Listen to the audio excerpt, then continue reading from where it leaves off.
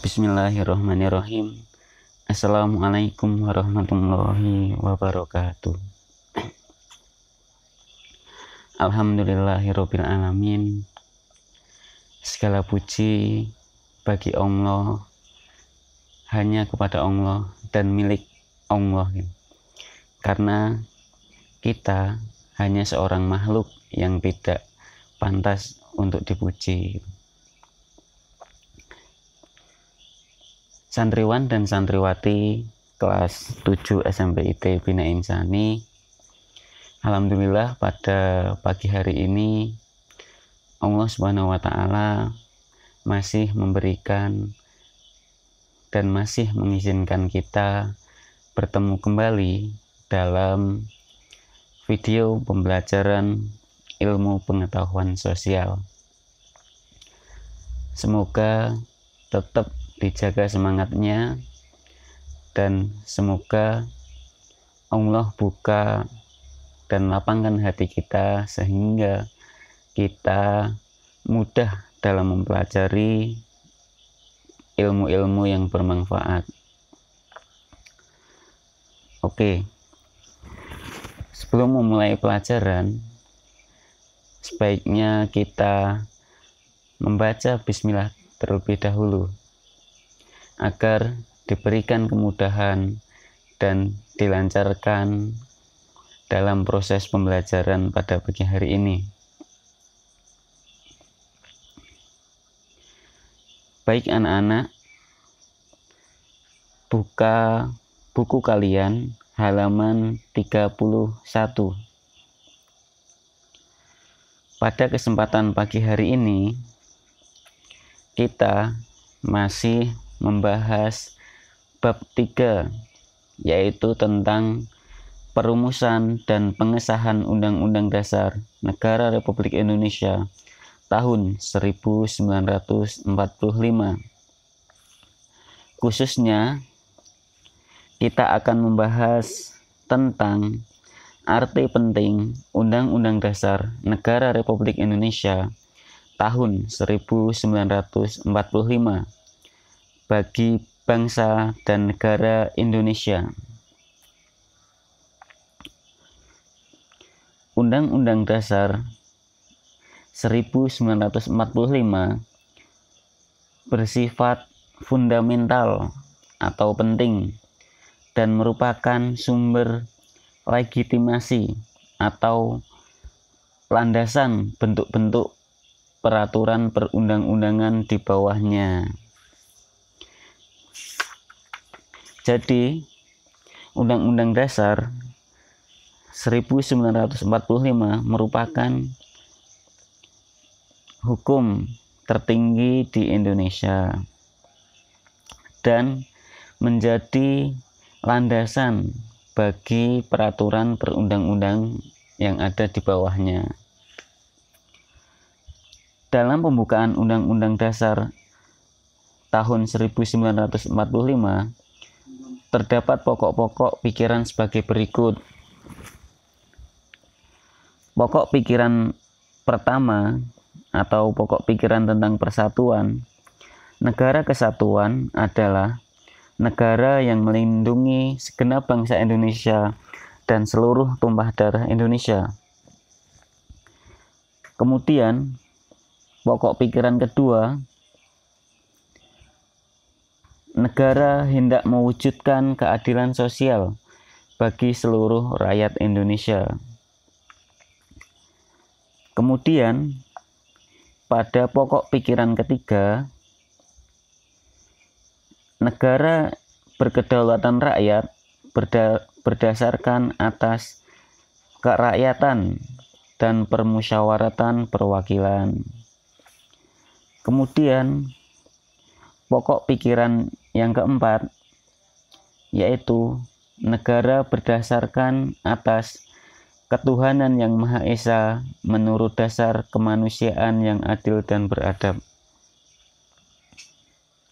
Itu tadi pokok pikiran yang terkandung dalam Undang-Undang Dasar tahun 1945.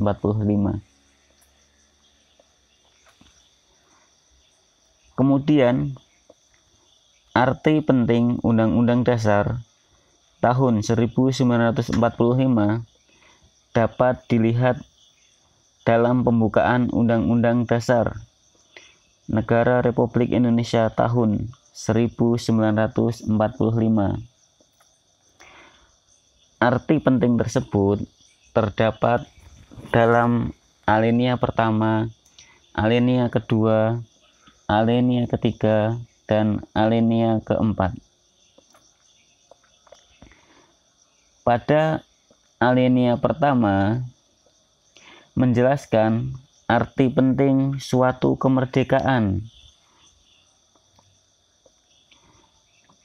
Pada alinea pertama ini menjelaskan kemerdekaan pada hakikatnya adalah hak segala bangsa, sehingga menolak berbagai bentuk penjajahan, baik dari dalam negeri maupun dari luar negeri. Kemudian, pada alinea kedua menjelaskan arti penting cita-cita bangsa Indonesia yang harus diperjuangkan. Cita-cita bangsa Indonesia bahwa persatuan, kedaulatan, keadilan, dan kemakmuran adalah hal yang perlu diwujudkan. Selain itu, pada alinea kedua ini menjelaskan bahwa kemerdekaan bukanlah tujuan akhir dari perjuangan bangsa Indonesia. Kemerdekaan merupakan jembatan menuju terciptanya keadilan dan kemakmuran masyarakat. Jadi ketika bangsa Indonesia sudah meraih kemerdekaan, itu bukan tujuan akhir, melainkan masih banyak tujuan-tujuan bangsa Indonesia yang perlu diwujudkan. Di antaranya mewujudkan persatuan, kedaulatan, keadilan, dan kemakmuran bagi seluruh warga Indonesia. Kemudian, arti penting alinea ketiga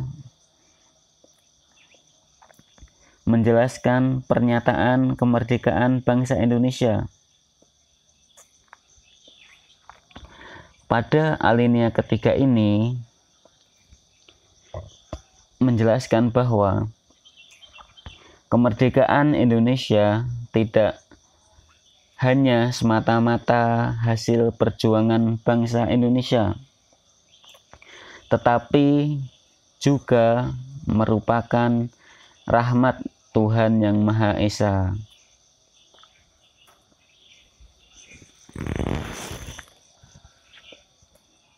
Kemudian pada alinea keempat menjelaskan bahwasannya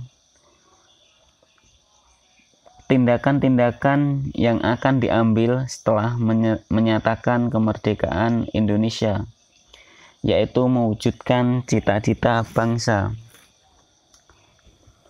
Pada alinea keempat ini menjelaskan bagaimana cara-cara atau tindakan-tindakan yang harus diambil setelah Indonesia merdeka, diantaranya mewujudkan cita-citanya, kemudian memajukan kesejahteraan umum dan mencerdaskan kehidupan bangsa, serta tidak lupa ikut melaksanakan ketertiban dunia yang berdasarkan kemerdekaan, perdamaian abadi, dan keadilan sosial. Itu tadi beberapa arti penting Undang-Undang Dasar Negara Republik Indonesia tahun 1945 bagi bangsa Indonesia.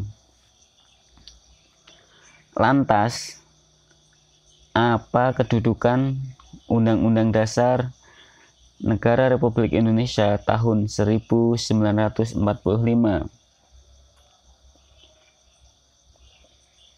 Santriwan dan santriwati kelas 7 SMP IT Bina Insani, berikut adalah kedudukan Undang-Undang Dasar tahun 1945. Yang pertama, Undang-Undang Dasar bersifat mengikat terhadap pemerintah, kemudian setiap lembaga negara, masyarakat, dan setiap warga negara. Yang kedua, Undang-Undang Dasar berisi norma-norma yang mana norma-norma tersebut sebagai sebuah dasar dan garis besar hukum dalam penyelenggaraan negara dan harus ditaati. Kemudian yang ketiga, Undang-Undang Dasar merupakan sumber hukum tertulis tertinggi di Indonesia. Ya, dalam tata aturan perundang-undangan, Undang-Undang Dasar tahun 1945 menempati hukum tertulis tertinggi di Indonesia dan menjadi sumber hukum undang-undang yang ada di bawahnya. Di bawahnya itu ada undang-undang, kemudian TAP MPR, dan lain-lain, sampai paling bawah yaitu di daerah. Kemudian kedudukan yang keempat yaitu sebagai alat kontrol, yaitu mengontrol apakah norma hukum yang lebih rendah sudah sesuai dengan ketentuan Undang-Undang Dasar tahun 1945.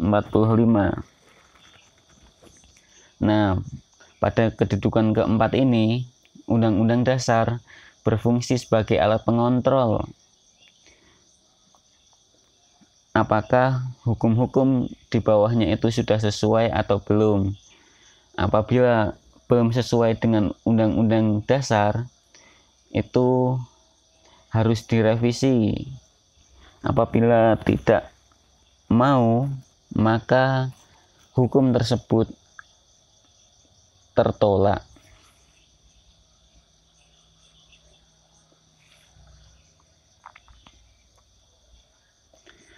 Kemudian yaitu hubungan antara pembukaan Undang-Undang Dasar tahun 1945 dan proklamasi tanggal 17 Agustus tahun 1945.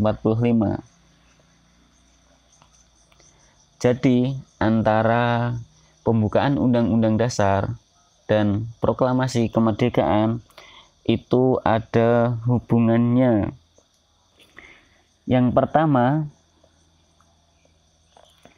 pernyataan mengenai proklamasi kemerdekaan ditetapkan pada alinea ketiga pembukaan Undang-Undang Dasar tahun 1945.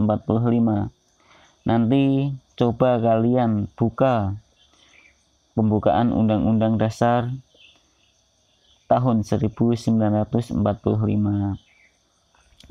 Kemudian yang kedua, pembukaan Undang-Undang Dasar tahun 1945 ditetapkan pada tanggal 8 Agustus tahun 1945 bersamaan dengan ditetapkan Undang-Undang Dasar, kemudian Presiden dan Wakil Presiden. Nah, setelah proklamasi pada tanggal 18 Agustus itu diadakan sidang dan salah satu hasilnya yaitu menetapkan Undang-Undang Dasar tahun 1945. Kemudian hubungan yang ketiga yaitu pembukaan Undang-Undang Dasar tahun 1945 pada hakikatnya merupakan suatu pernyataan yang lebih terperinci dari cita-cita luhur yang menjadi semangat pendorong ditegakkannya kemerdekaan. Cita-cita luhur tersebut berbentuk negara Indonesia yang merdeka, bersatu, berdaulat, adil dan makmur, berdasarkan atas kerohanian Pancasila. Nah, setelah mempelajari hubungan Undang-Undang Dasar dan proklamasi, selanjutnya kita akan membahas tentang peran tokoh perumus Undang-Undang Dasar Negara Republik Indonesia tahun 1945.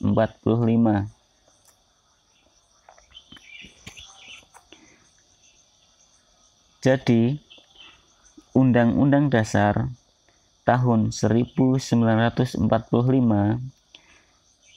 itu dirumuskan dan ditetapkan oleh para pendiri bangsa Indonesia, yang mana mereka merupakan tokoh terbaik bangsa Indonesia yang memiliki visi dan misi untuk kesejahteraan dan kesatuan Indonesia. Meski para tokoh tersebut memiliki berbagai perbedaan pendapat, mereka dapat mengatasinya melalui sikap dan perilaku yang mengutamakan kepentingan bangsa dan negara di atas kepentingan pribadi dan golongan. Nah, sifat atau perilaku mereka yang dapat kita ambil dan kita terapkan dalam kehidupan sehari-hari, yaitu meskipun kita memiliki pendapat yang bagus, tapi kita harus mengutamakan kepentingan bangsa atau orang banyak dan lebih mengutamakannya dibanding kepentingan pribadi maupun golongan.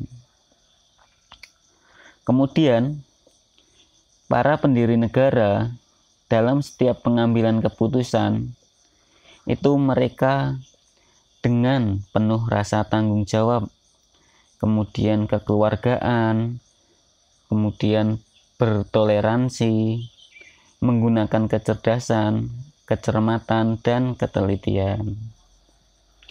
Jadi ini tadi beberapa peran tokoh perumus Undang-Undang Dasar Negara Republik Indonesia tahun 1945. Semoga kita bisa mengambil contoh dari tokoh-tokoh tersebut dan dapat kita terapkan dalam kehidupan kita sehari-hari. Santriwan dan santriwati kelas 7 SMP IT Bina Insani, demikian yang dapat Ustadz sampaikan. Semoga kita dapat bertemu lagi di pertemuan-pertemuan selanjutnya. Assalamualaikum warahmatullahi wabarakatuh.